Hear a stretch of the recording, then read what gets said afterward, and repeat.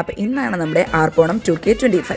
ഈ ഓണം ഫെസ്റ്റിവൽ ആയിക്കഴിഞ്ഞാൽ പെൺപിള്ളേർക്ക് ആൺപിള്ളേരെക്കാട്ടും കുറച്ചും കൂടി സന്തോഷം കൂടുതലാണ്. കാരണം ഞങ്ങൾക്ക് സാരി എടുക്കണം, അതിനനുസരിച്ചുള്ള ആക്സസറീസ് എടുക്കണം, അങ്ങനെ കുറേ കാര്യങ്ങളുള്ളതുകൊണ്ട് ഞങ്ങൾ ഭയങ്കര എക്സൈറ്റഡ് ആയിരിക്കും.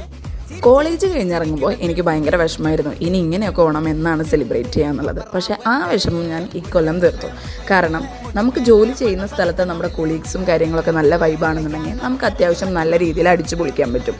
അങ്ങനത്തെ സ്പേസ് ഇല്ലാത്ത ആൾക്കാർ സത്യം പറഞ്ഞു കഴിഞ്ഞാൽ ഹതഭാഗ്യവാന്മാരാണെന്ന് എനിക്ക് പറയാൻ പറ്റുള്ളൂ. അപ്പോൾ ഈ ഓണം എന്ന് പറയണത് ഞങ്ങൾ അത്യാവശ്യം നല്ല രീതിയിൽ ഞങ്ങളുടെ ക്ലിനിക്കിൽ അടിച്ചു പൊളിച്ചിട്ടുണ്ട്. കാരണം ഞങ്ങളുടെ കൊളീഗ്സൊക്കെ ഒരേ വൈബുള്ള ആൾക്കാരാണ്.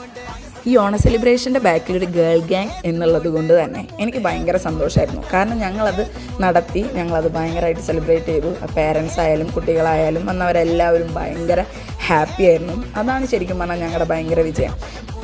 അപ്പം ഹാപ്പി ഓണം.